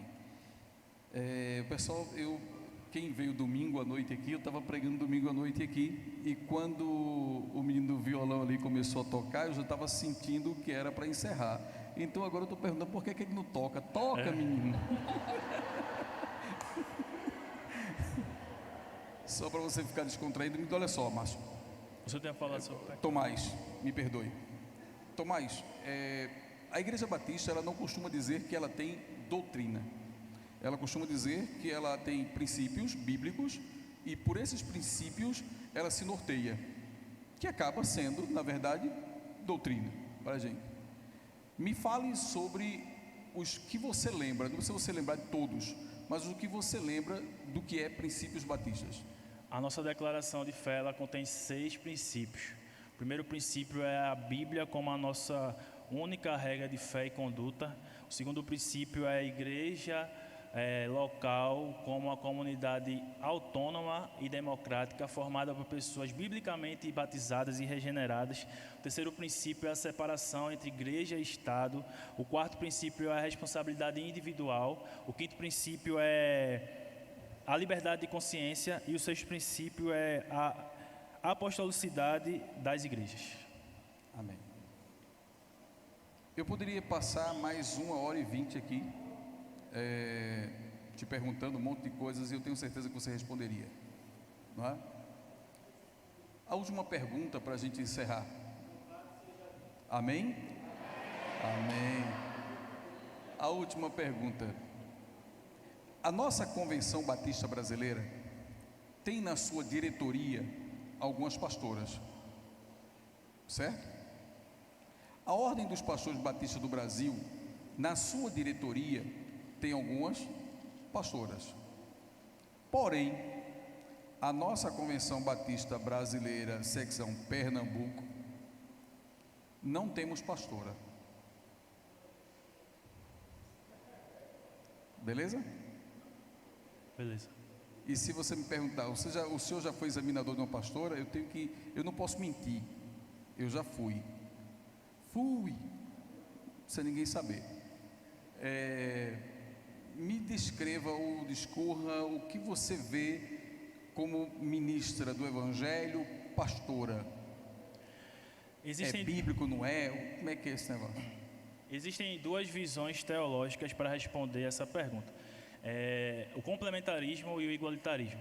Igualitaristas, eles vão se valer de Gálatas 3, 26 a 29, que diz assim: pois todos vocês são filhos de Deus mediante a fé em Cristo Jesus, porque todos vocês foram batizados em Cristo, de Cristo se revestiram. Assim sendo, não pode haver judeu, nem grego, nem escravo, nem liberto, nem homem, nem mulher, porque todos vocês são um em Cristo Jesus. Os igualitaristas vão pegar textos como esse e também o sacerdócio universal lá em Pedro, para dizer que mulheres e homens são iguais em dignidade e honra, em funções e ofícios. Os complementaristas, eles vão usar a seguinte frase: homens e mulheres são iguais em dignidade e honra perante Deus, mas diferentes em funções e ofícios.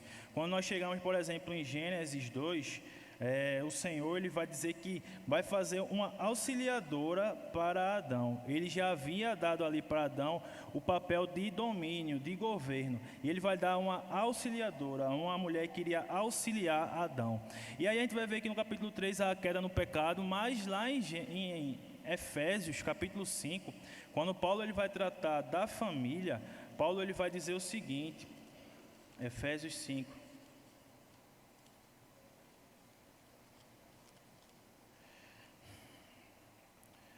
Porque o marido é o cabeça da esposa, como também Cristo é o cabeça da igreja, sendo ele próprio o salvador do corpo. Então Paulo aqui está retomando lá no Gênesis, mostrando que o homem é o cabeça da família.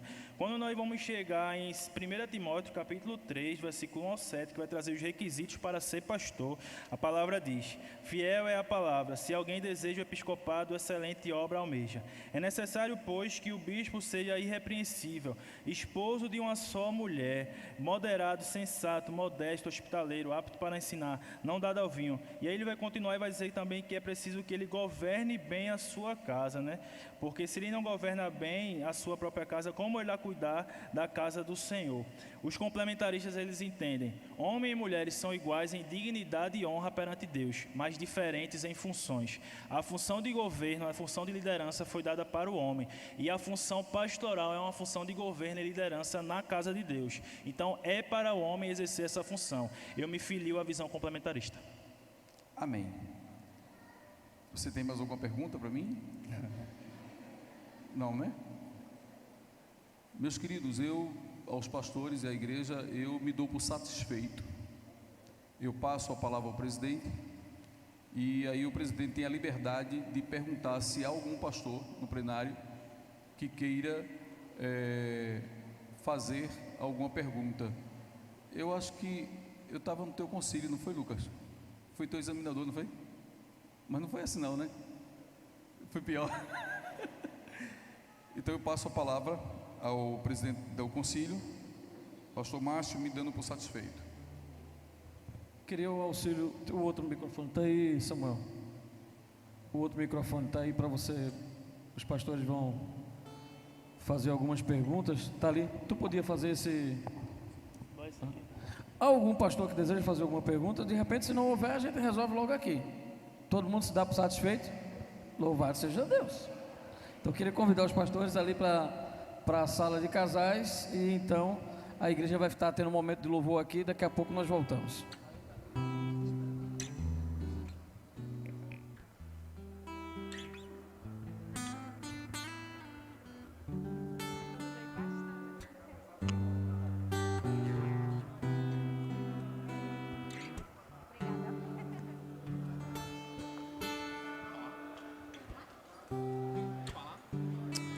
Oi, som.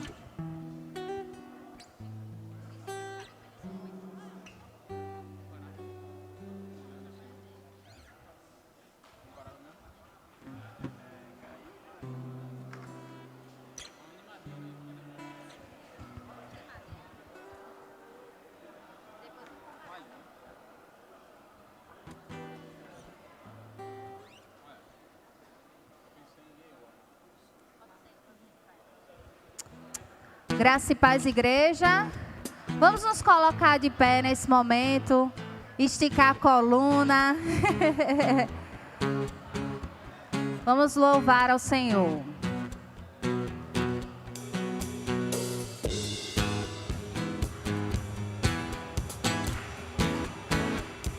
Queremos ouvir você adorando junto conosco.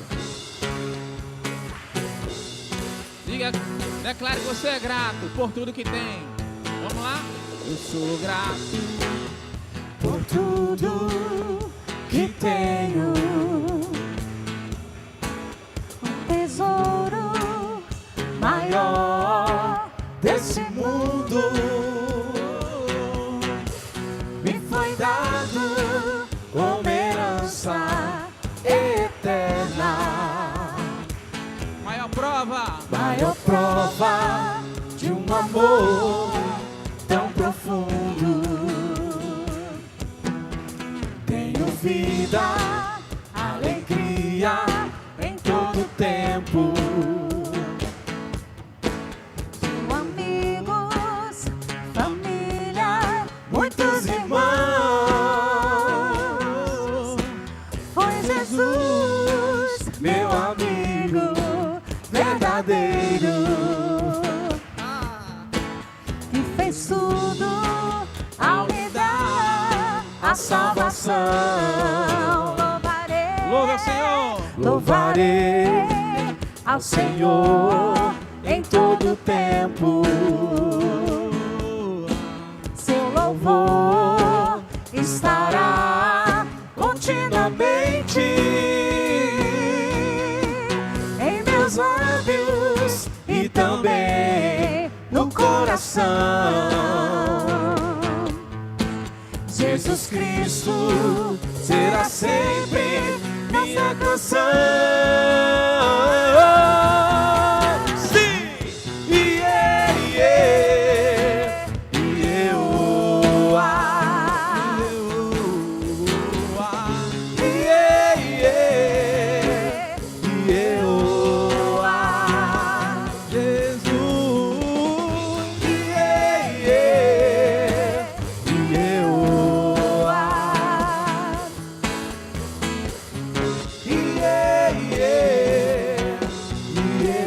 Queremos ouvir só a igreja declarando que você é grato. sou grato por tudo.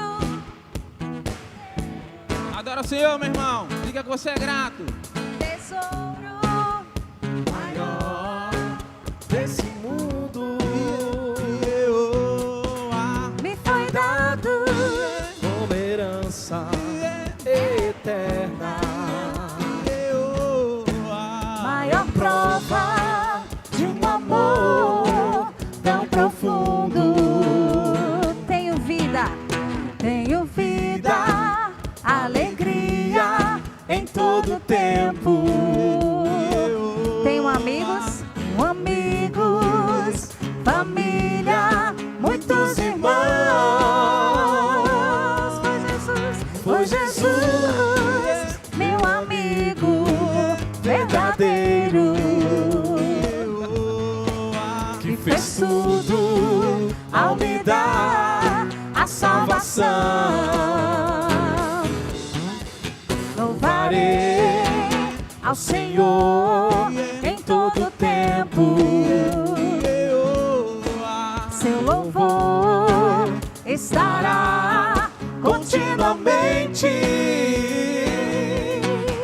em meus lábios e também no coração. Jesus Cristo será sempre minha canção.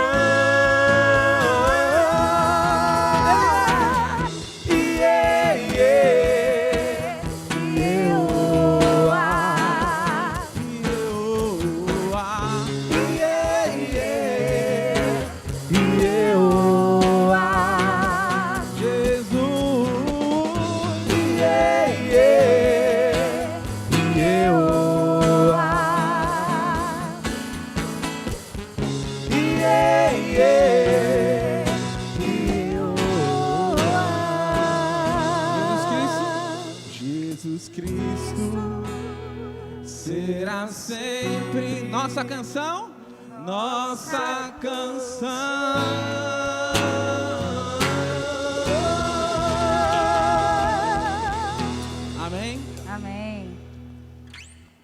dar em continuação, tivemos uma aula aqui, né? De como ser melhores cristãos. Então essa música que queremos louvar, ela vai falar que o nosso Deus é incomparável nas nossas vidas. Ele vai dizer que minha alma está apegada a ti, Senhor, incomparável és. Mas se a gente pegar o pai da letra, minha alma está apegada a ti, ele vai declarar isso que está junto conosco todos os dias, até a consumação dos séculos. Mas como é que está a nossa vida para com Deus agora? Vamos deixar uma pergunta aí no ar. Falou aqui que a nossa salvação ela é individual. Então eu só posso responder por mim mesmo. Então que eu e você possamos refletir de como podemos ser melhores cristãos a cada dia. E essa música vai declarar isso, que Ele é fiel nas nossas vidas, mesmo nós sendo infiel para com Ele. Louvemos ao Senhor.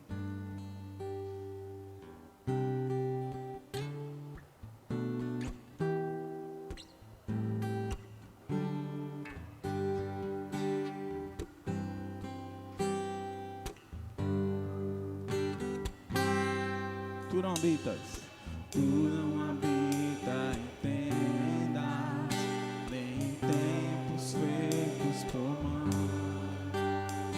Eterno, perfeito, princípio e ouve.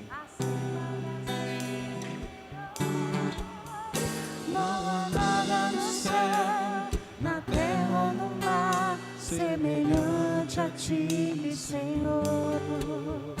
Tua imagem está revelada em nós, expressão do teu amor incomparável. Senhor, tu és. Tua voz ressoa como um trovão, e as nuvens são o pó dos teus pés. Incomparável. Senhor, tu és. Minha alma está apegada a ti, Senhor, incomparável és.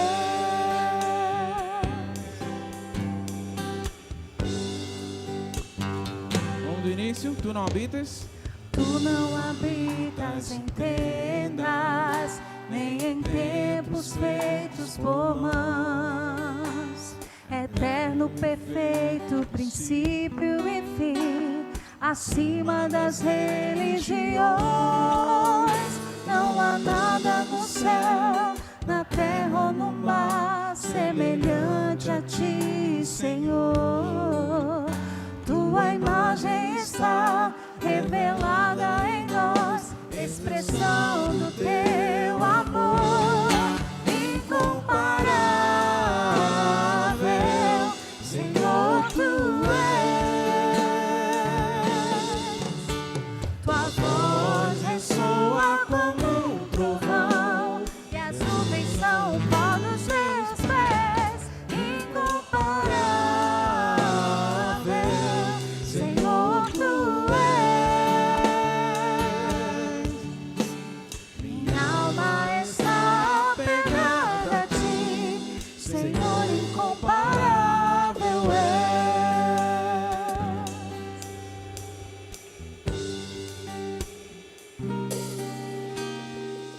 Grande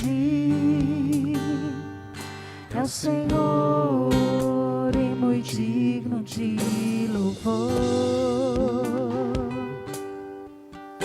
Na cidade do nosso Deus, seu santo monte, a alegria de toda a terra.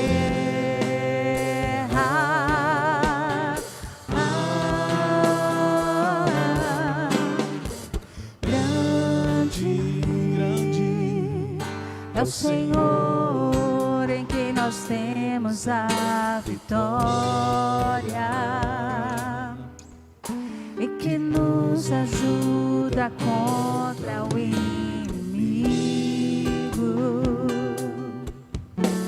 Por isso diante dele nos prostramos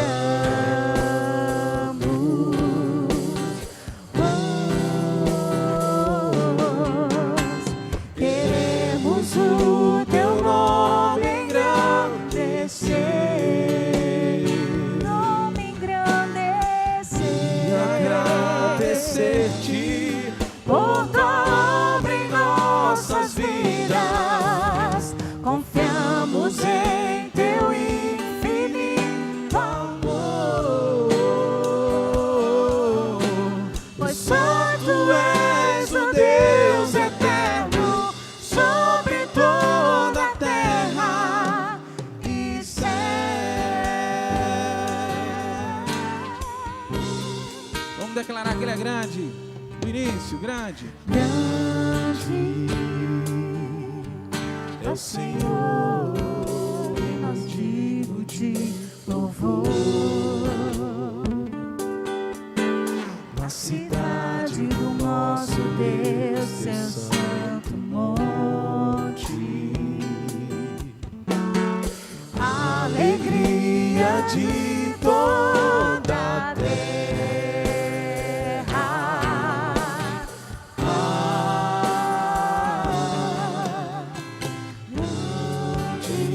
Grande é o Senhor, E que nós temos a vitória, que nos ajuda contra o inimigo. Por isso diante dele nos prostramos, te adoramos. Queremos o teu nome engrandecer e agradecer-te por tua obra em nossas vidas. Confiamos em teu infinito amor, pois só tu és o Deus eterno sobre toda a terra e céu. Queremos o teu nome agradecer. Queremos ouvir a igreja adorando. Queremos o teu nome engrandecer e agradecer-te por tua obra em nossas vidas. Confiamos em teu infinito amor,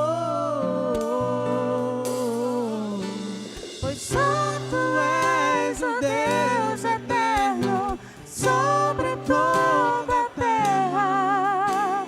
Pois só tu és o Deus eterno sobre toda a terra. Pois só tu és o Deus eterno sobre toda a terra e céu.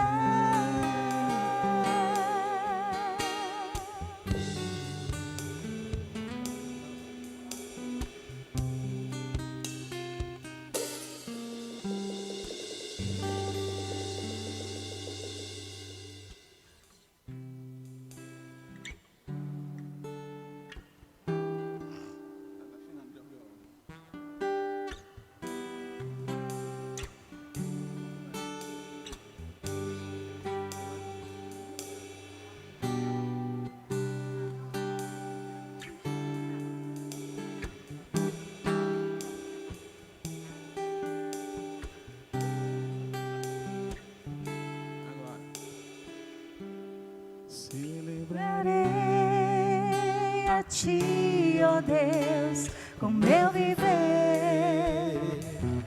Cantarei, contarei as suas obras, pois por tuas mãos foram criados terra, céu e mar e todo ser que neles há.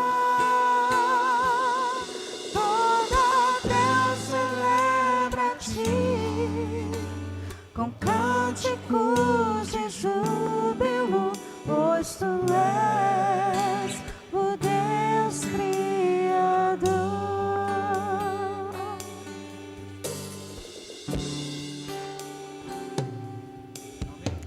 Ao Rei dos Reis consagro tudo o que sou, de gratos louvores transborda o meu coração. A minha vida eu entrego nas suas mãos, meu Senhor.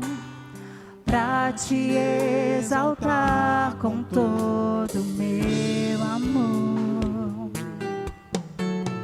Eu te louvarei conforme a tua justiça e cantarei louvores, pois tu és altíssimo.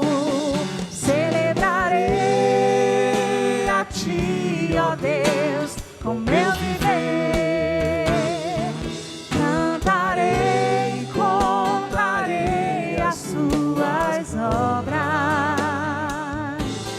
pois por tuas mãos foram criados terra, céu e mar e todo ser que neles há. Toda a terra celebra a ti com cânticos de júbilo, pois tu és o Deus Criador. Toda a terra celebra a ti com cânticos de júbilo, pois tu és o Deus Criador.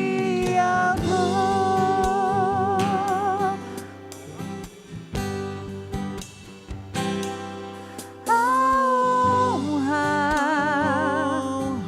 a glória, a força e o poder ao Rei Jesus, e o louvor ao Rei Jesus. A honra, a glória, a força e o poder ao Rei, só a ti, Jesus, e o louvor ao Rei Jesus.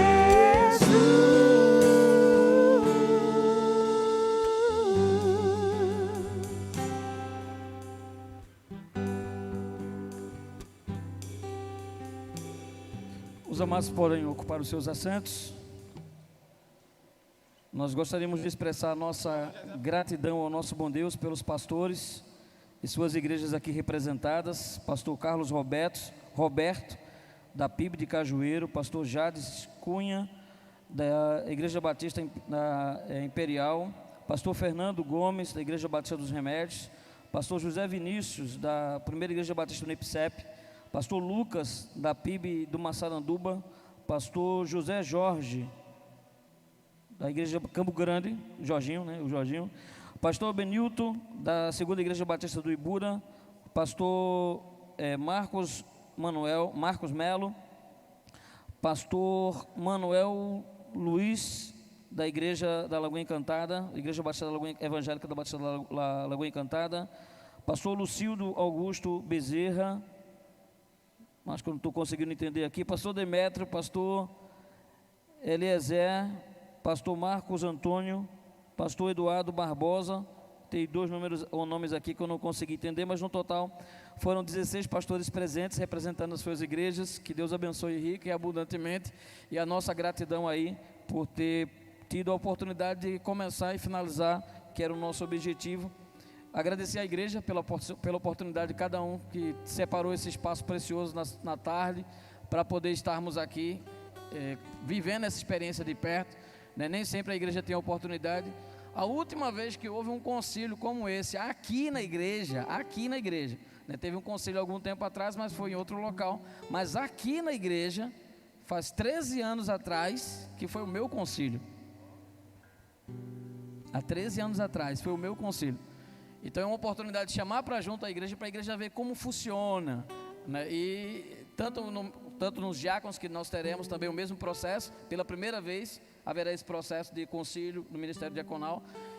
como trazer a igreja para participar desse momento na vida do Tomás, na vida da sua esposa, na vida da sua família, e entender como funciona, né? Um secretário vai pegar a ata, vai levar para casa, essa ata vai ficar em posse dele até o dia 28, ou até daqui, né, a 90 dias, né, quando se abre um outro processo, caso ele não seja aprovado. Então, a aprovação, sendo aprovado, dia 28, o culto de consagração. Não sendo aprovado, dentro de 90 dias, a igreja se reúne novamente em assembleia, pede um novo autorização para iniciar o processo de concílio junto à Ordem dos Pastores Batistas do Brasil, seccional Pernambuco. É assim que funciona, e é assim a igreja precisa estar familiarizada com essa realidade. Então, diante disso, queria convidar, né, o Tomás e a primeira dama da Unijovem. E não há motivo de tristeza, não há motivo de alegria, de frustração, só há motivo de alegria. Por unanimidade, os pastores aqui presentes entenderam que você está apto para exercer de maneira cabal o ministério pastoral.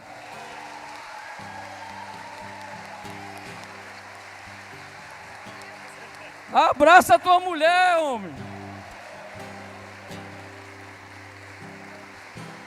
Agora abraça teu pastor.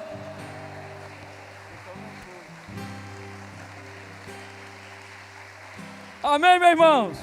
Louvado seja Deus. Logo após, pastor Benilton, queria convidá-lo. Pastor Benilton está representando aqui a diretoria da ordem, né? O nosso presidente não está presente, ele faz parte tesoureiro, né? O tesoureiro da ordem, tesoureiro executivo. Ele vai estar fazendo uma oração, encerrando esse momento, e logo após, lá embaixo, como tem se tornado uma tradição nos concílios, seja concílios do Ministério Diaconal, seja concílios pastoral, logo após a oração, a fala do Tomás e a oração do pastor Benilton, lá embaixo, como tem sido uma tradição nos concílios, nesse horáriozinho, nós estaremos ofertando para todos os que estão aqui presentes uma maravilhosa sopa carregada de amor. Vai ter uma sopa de canja, vai ter uma canja, vai ter uma sopa de carne maravilhosa, vai ter um caldo de macaxeira e ainda vai ter outra coisa para você provar lá embaixo. Amém? Tomás. Isso. Antes de passar a palavra para o Tomás, agradecer esse momento, é feito ainda nesse processo, depois da oração final, nós estaremos suspendendo o concílio e reiniciando o processo no dia 28. O Tomás, como último momento, última decisão dessa parte do concílio, você vai ter que indicar um pastor para entregar a Bíblia, né, que faz parte da cerimônia da consagração, o pastor para a consagração e um pastor para pregar nesse dia. Então a palavra está com você. O pastor que vai entregar a Bíblia é você, que vai ser o seu instrumento de trabalho, tem sido o seu instrumento de trabalho. Um pastor para nesse dia estar trazendo uma palavra de Deus, e o pastor que vai orar por você, consagrando você ao ministério pastoral. Amém. Eu gostaria de pedir, eu até já conversei com o pastor Márcio, eu pedi ao secretário. Eu sei que são 3 pastores que são chamados, mas se fosse possível, eu gostaria de botar assim um 4º pastor na ata, que seria um momento de gratidão, que seria com meu pai, o pastor Moisés Severo. O pastor que vai me entregar a Bíblia é o pastor Everaldo Barros de Oliveira, que foi o pastor que me enviou para o seminário, e ele agora está na celebração do aniversário da igreja de Tabuleiro, em Alagoas. O pastor que vai estar pregando é o pastor Daniel Oliveira, que é meu professor, foi meu professor do seminário e meu orientador também, e meu professor de exposição bíblica. E o pastor que vai me consagrar é meu pastor, o pastor Márcio Severino. Amém. Pastor Benilton.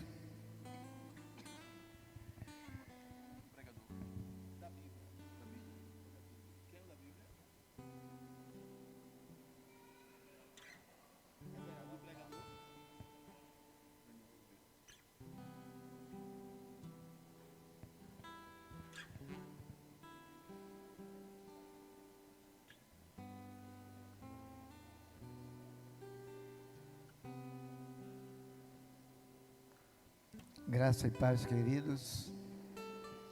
Queremos aqui, em nome da Ordem dos Pastores Batistas do Brasil, Seção Pernambuco, representando aqui, né, o nosso presidente, pastor Henrique, está em missão. Queremos parabenizar a igreja, parabenizar ao Severo, né?